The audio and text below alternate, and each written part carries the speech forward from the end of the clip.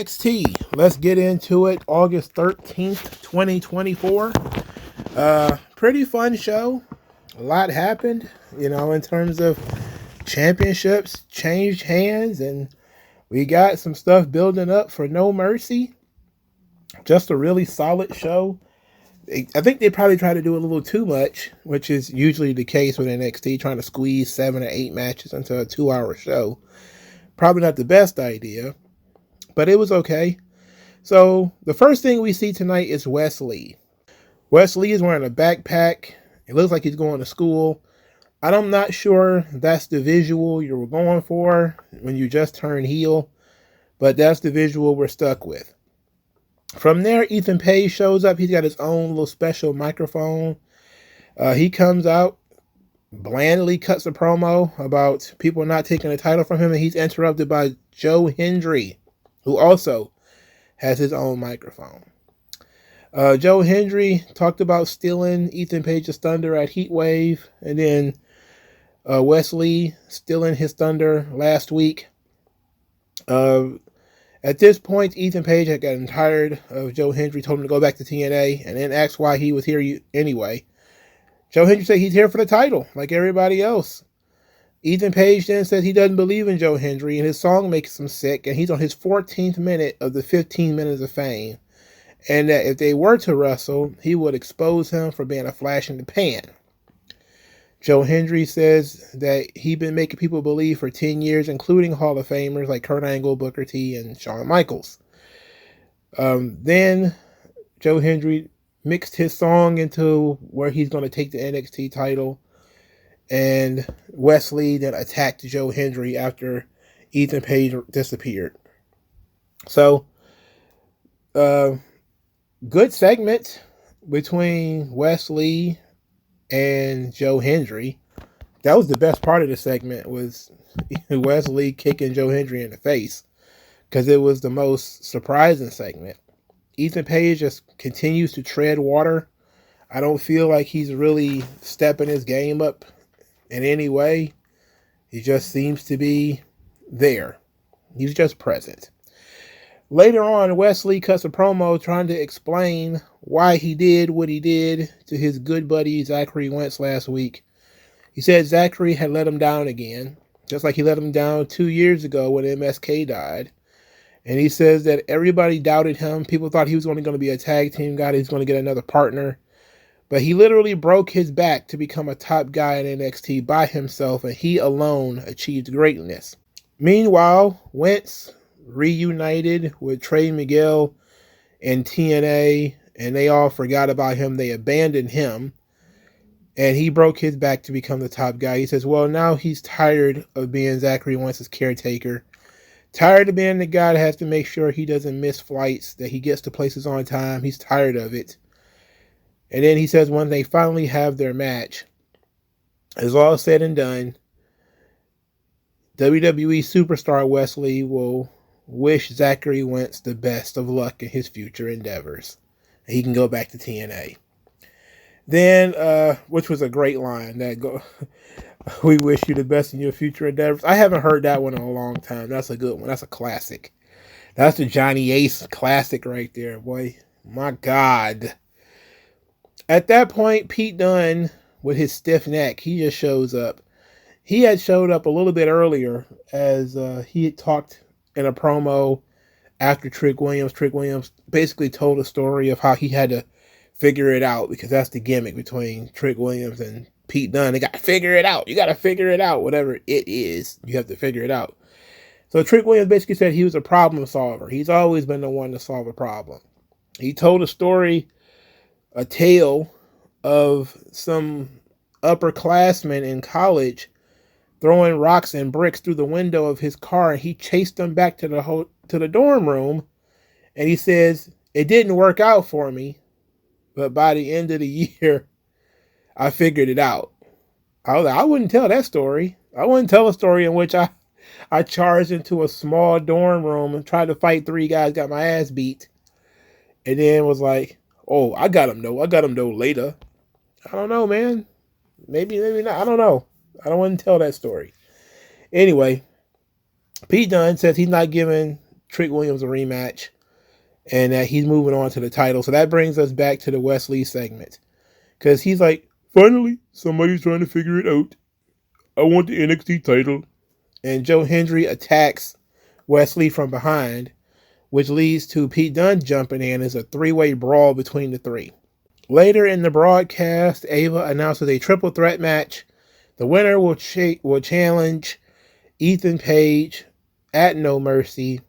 It will be Joe Hendry versus Pete Dunne versus Wesley. And this is an interesting contest here, but it's pretty clear to me that Joe Hendry will win this match. And it's likely that Pete Dunne will take the pin, probably with a little bit of help from Trick Williams.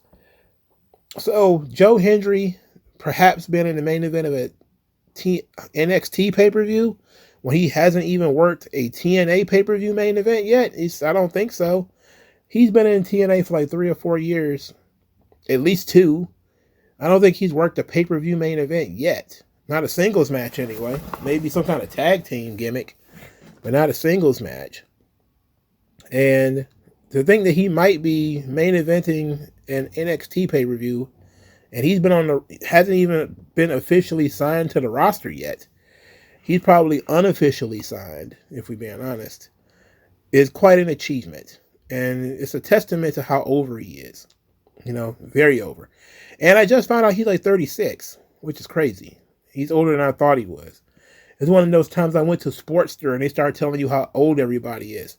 36-year-old NXT star attacks 28-year-old NXT star. It's like, just what kind of headline is that? Heritage Cup goes to 28-year-old star. Like, what the hell are you talking about? Why is it a secret? You have a picture of the guy with the cup. Come on. Sportster. Trash ass site. Like, trash site. Just garbage. What the hell is wrong with you? Who's the idiots who write on those channels?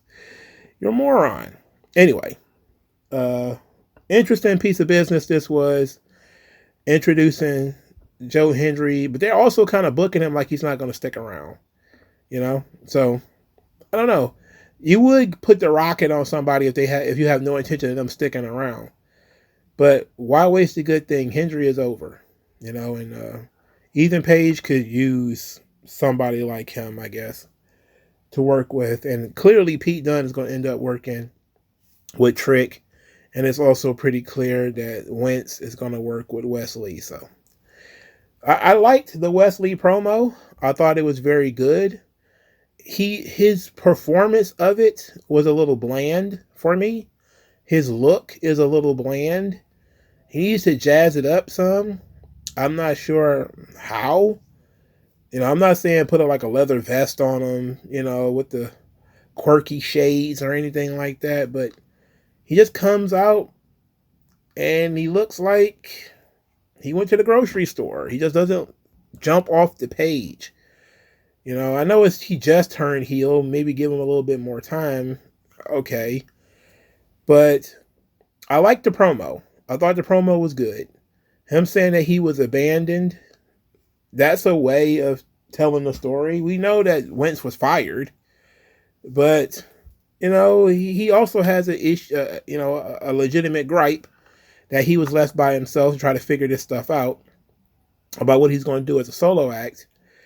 And also, it was Wentz's fault that Wentz was fired. It was his own behavior, even though we all know that it was bullshit. It was his own behavior. It was his own fault. And he did become a top guy in NXT by himself. And it is kind of like Wentz and Trey Miguel showed up to kind of ride his coattails, and they had completely forgotten about him. Had no interest in helping him. They came basically to ride his coattails. So you could use that as a legitimate beef. I like that.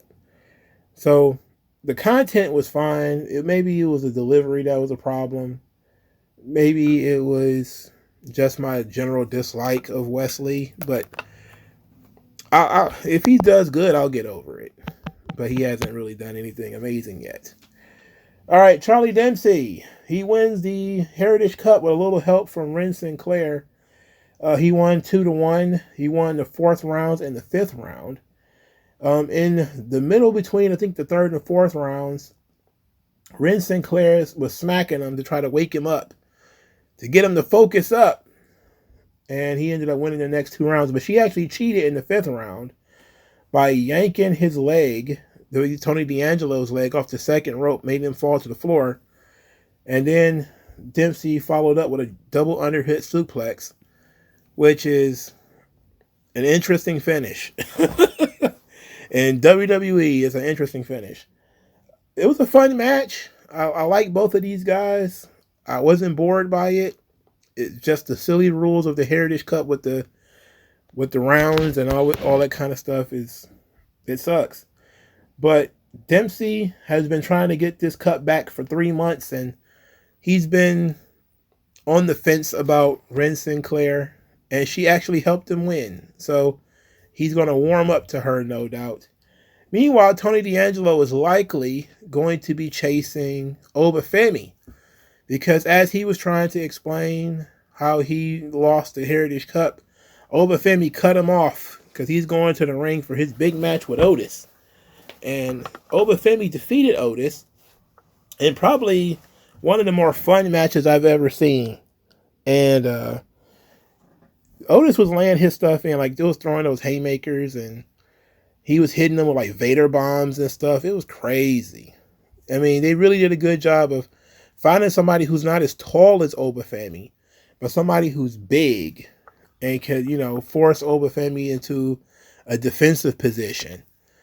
And the only thing I didn't like here was the finish, because the finish came from Otis being on the 2nd rope and Obafemi powerbombing him into a pin position, which you would say, what's the matter with that? And I just say, well, they literally just did this with Bayley and Nia Jax. That's the problem with this.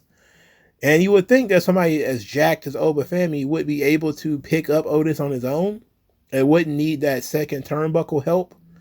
And I think it would have been more impressive if he'd have just lifted, even if it was just like a jackknife powerbomb, not even like a legit powerbomb, but basically like a little jackknife where he barely gets him over and with a powerbomb. That would have been amazing. But the 2nd rope powerbomb, I mean, it is what it is. It wasn't terrible. It impressed some people, but I guess it was better for his back and knees than him trying to lift that hefty dude. Anyway, Obafemi wins. Match was more fun than it had any right to be. I would have liked for them to build it up a little bit more, rather than it being a challenge with no heat behind it. You could have told a little bit of a story throughout the show. You had more than enough time to mix Otis and all these guys into the show to build this thing up. And then they put it in the second half of the show. So it wasn't like they was going to put it on early, so. Anyway, so the Heritage Cup changes hands, which is fun. Tony D'Angelo is immediately put into something else, so you don't really get an opportunity to feel bad for him. And he wasn't even really all that dour or pissed off about losing the cup. But he's immediately moved to Obafemi. I like this. I like Tony D'Angelo. I don't know. I wouldn't feed him to Obafemi, though. And I also wouldn't have him win the belt. I think he's probably a better contender for the big belt than for that North American title. But it ought to be a fun match regardless. Obafemi versus Tony D'Angelo. Okie dokie.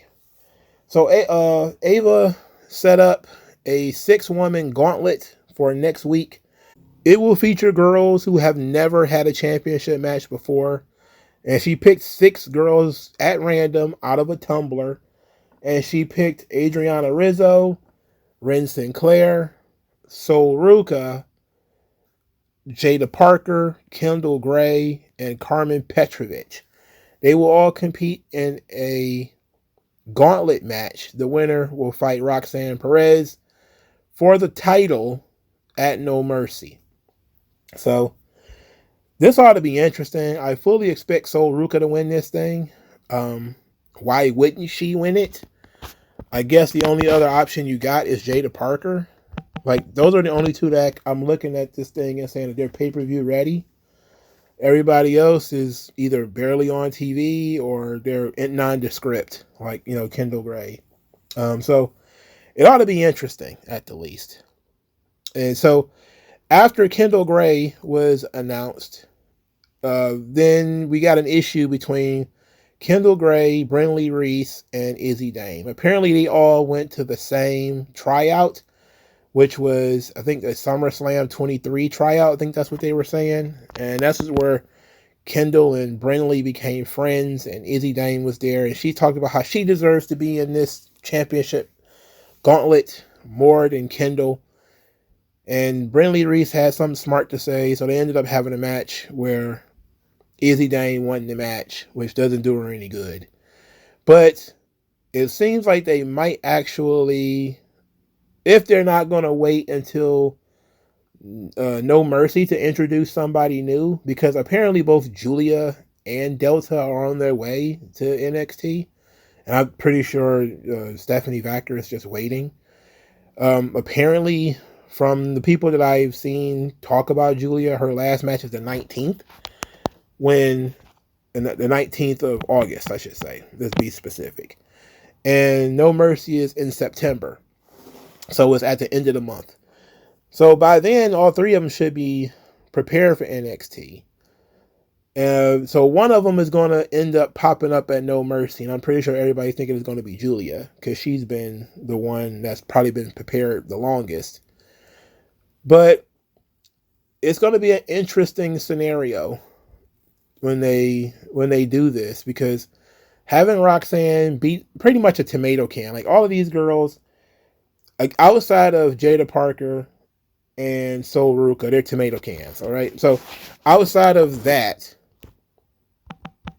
it ought to be an interesting scenario where a real lethal opponent pops up at the pay-per-view rather than them fighting her at the pay-per-view. So, I don't know. I don't know how they're going to do it. But I expect Sol Ruka or Jada Parker to win, and then they're going to lose at the pay-per-view, which ought to be fine because Roxanne's a dominant champion, and they're trying to set her up for something. The gauntlet idea, I'm not really a huge fan of gauntlets. For me, a six-pack challenge would have been better. If you did all six in the ring, elimination style, that probably would have been more fun for me, because that gauntlet thing just means everybody is weak. It's like a video game, When you're in a special circumstance like that, everybody's defenses goes down. It's like, oh, somebody's going to get hit with some kind of stupid move. 2 minutes later, they're getting pinned. Where normally their match would be like 8 minutes. So, it's goofy. Next, we got Kalani and Lola Vice. They was watching Tatum Paxley throw a fit. And they want to talk to her and try to ease her struggles over there. So Lola Vice goes over, and Tatum Paxley is still freaking out. She's trying to help. Tatum Paxley says that she doesn't have any friends and nobody wants to play with her, and that everybody can be a popular MMA fighter who had everything handed to her. And Lola Vice was like, damn, that escalated quickly. I guess we got to have a match because this is NXT and this is what we do. So Lola Vice defeated Tatum Paxley. Connie Jordan was on commentary, and then she got attacked by Wendy Chu. Wendy Chu put her in a sleeper of some description. I don't know what they're calling it, but that's what she did.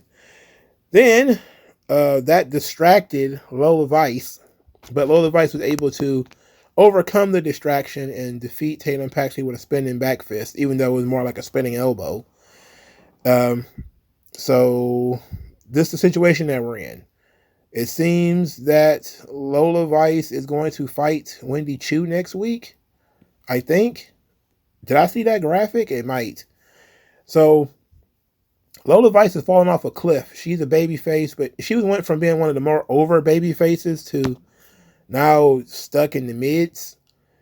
Tatum Paxley, talented girl. I just wish she wasn't Spooky Girl number 317 and Wendy Chu, Spooky Girl number 319.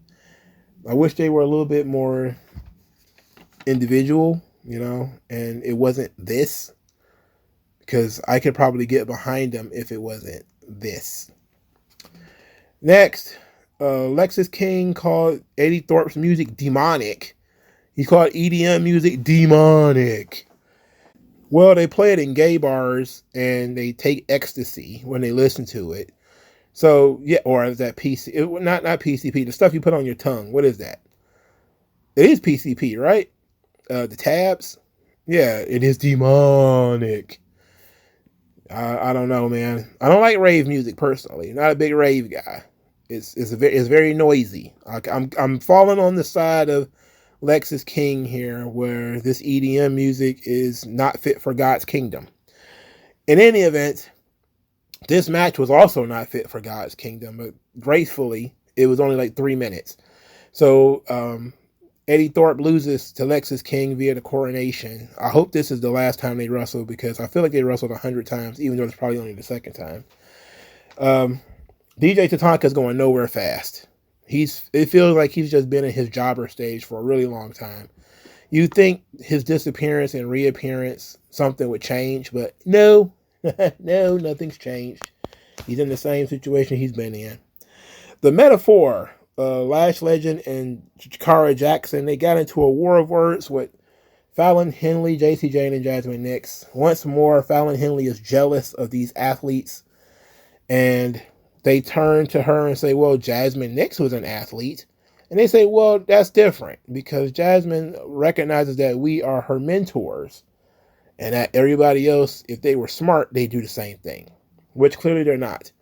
And you know that these girls are not fit to come out and wrestle because they're wearing high heels and open-toed shoes. If you do that, you're not ready to do anything else. I promise you that.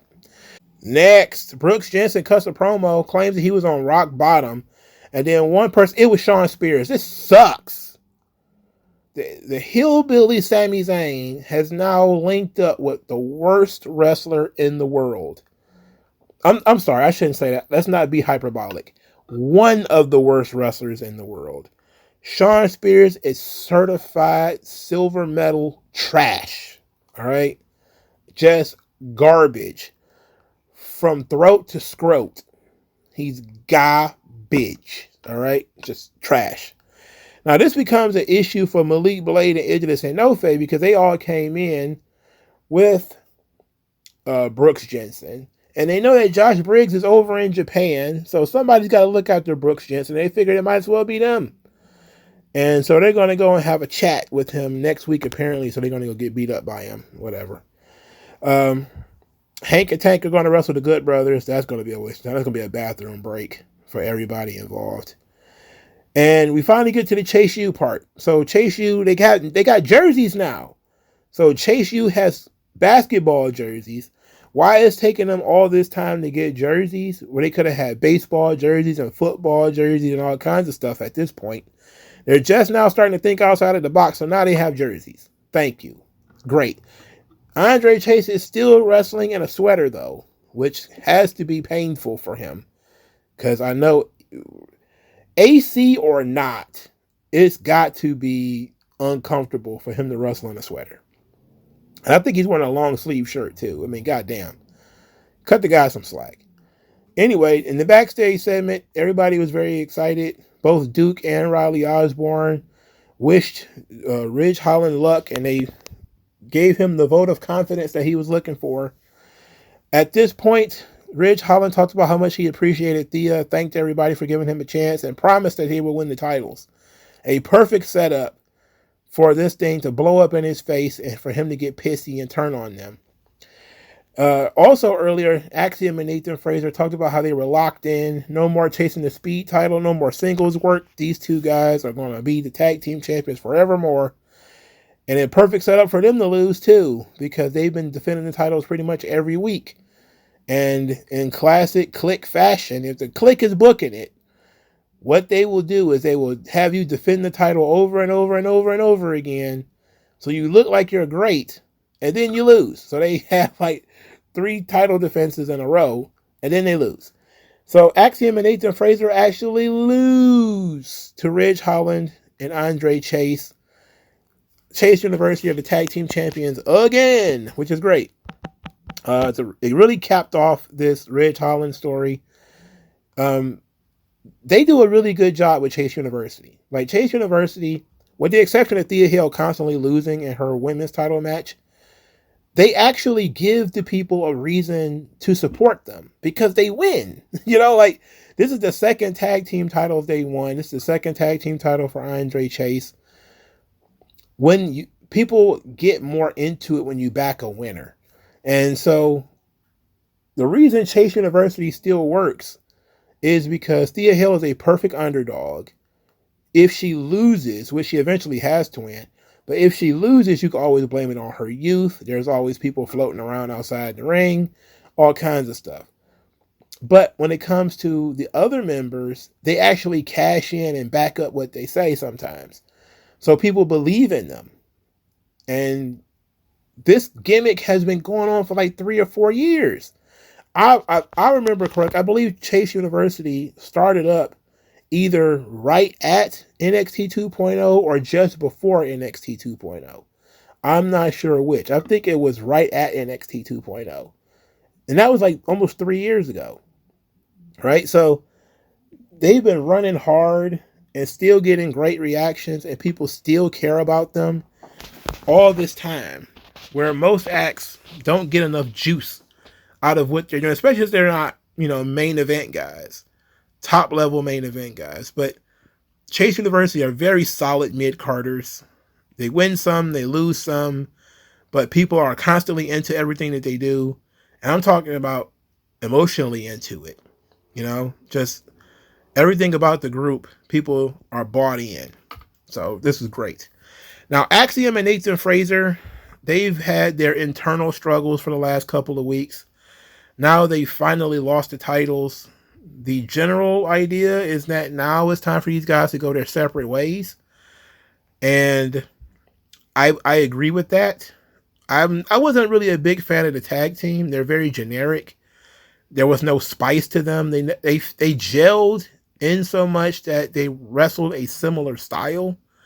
And it was very London and Kendrick to me, where they come out, they have these high speed, fast paced tag team matches. They're good, but they lack all kinds of story. It's just a bunch of moves. And when the ratings have gone down and taken huge hits over the last couple of weeks, it hasn't just been, they moved it to sci-fi. It's also been guys like this, where they just put these guys on in the main events or just throw them on somewhere and they wrestle and the match is fine. In terms of in-ring stuff, they're doing flips, they're doing, cutoffs at just the right time. Great tag team matches, but there are never any emotional content to any of this. And so Chase U fills that hole in so much as there's an emotionally dramatic story there of Ridge Holland's redemption. That's what they're trying to do anyway, is build up a redemption story for Ridge Holland. So they at least satisfied that element, which is the weakness of Axiom and Nathan Fraser. So now they need to be broken up. And I still believe that Nathan Fraser has something as a singles act. I'm pretty sure Axiom is dead in the water as long as he's wearing that mask. But Nathan Fraser as a singles act, if he dedicates to learn how to talk, he could be a big deal. Like his in-ring is perfectly fine. It's always been there. It's been there since he signed the contract initially. But it's always been personality with him. It's time for him to find a personality. So that was the main event of the show. NXT solid from top to bottom. A lot of people have been impressed by Tavion Heights as he's been doing work over in Japan. I've been seeing a lot of highlights. People love this guy. Yeah, he's pretty good. I think I said that before, that he was pretty good. He was underutilized. He was working mostly on Level Up. And then he got, a little bit of a spotlight as a member of a No Quarter Catch Crew, which is another one of the terrible names that people there's a random bad name generator. And somebody's just like, how can we fuck with the talent today? We're going to name you Damage Control. And we're going to name you guys No Quarter Catch Crew. It's like, this stuff is terrible. What was that? What was that other one? Pure Fusion Collective? It just sounds like random shit smashed together, man.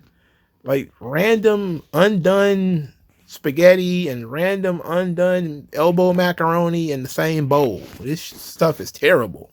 It's absolutely awful. But Tavion Hodge has been doing a good job. I haven't heard much about Josh Briggs, so that's about as expected. But they're over in Japan wrestling in Noah. Tavion Heights is tremendous. He's going to come back and hopefully be a top guy. And I'm talking like a big top guy. I'm even actually okay. I don't know. Maybe I need to listen to cut a promo a little bit, because I might be okay with him taking the title from Obafemi. I would give it a little bit more time, but I may be okay with somebody like him taking it.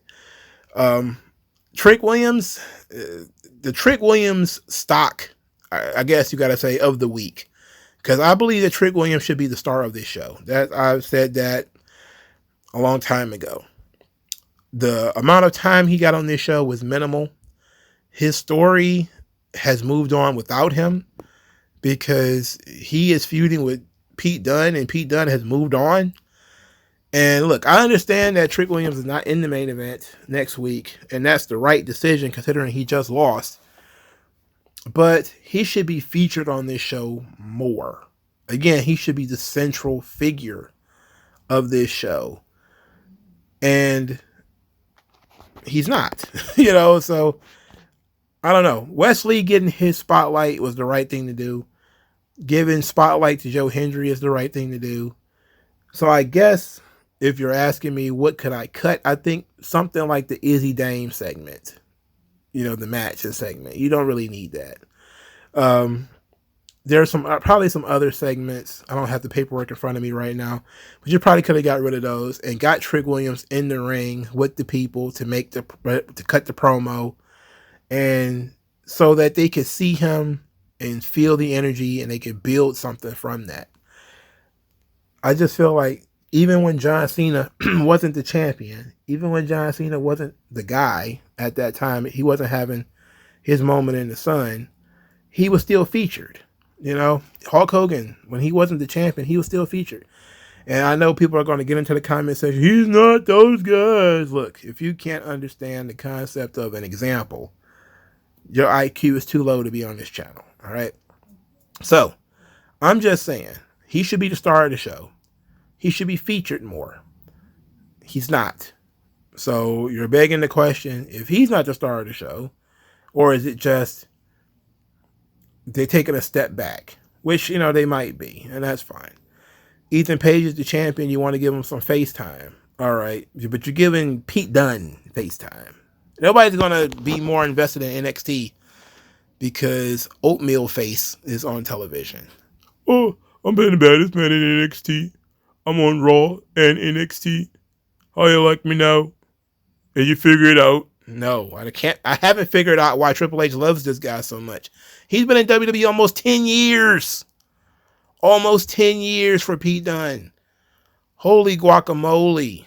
These people have been around forever. Shit. All right. NXT was fun. Let me know what you guys think. I'll talk to you guys later, man. Peace. No one does it better.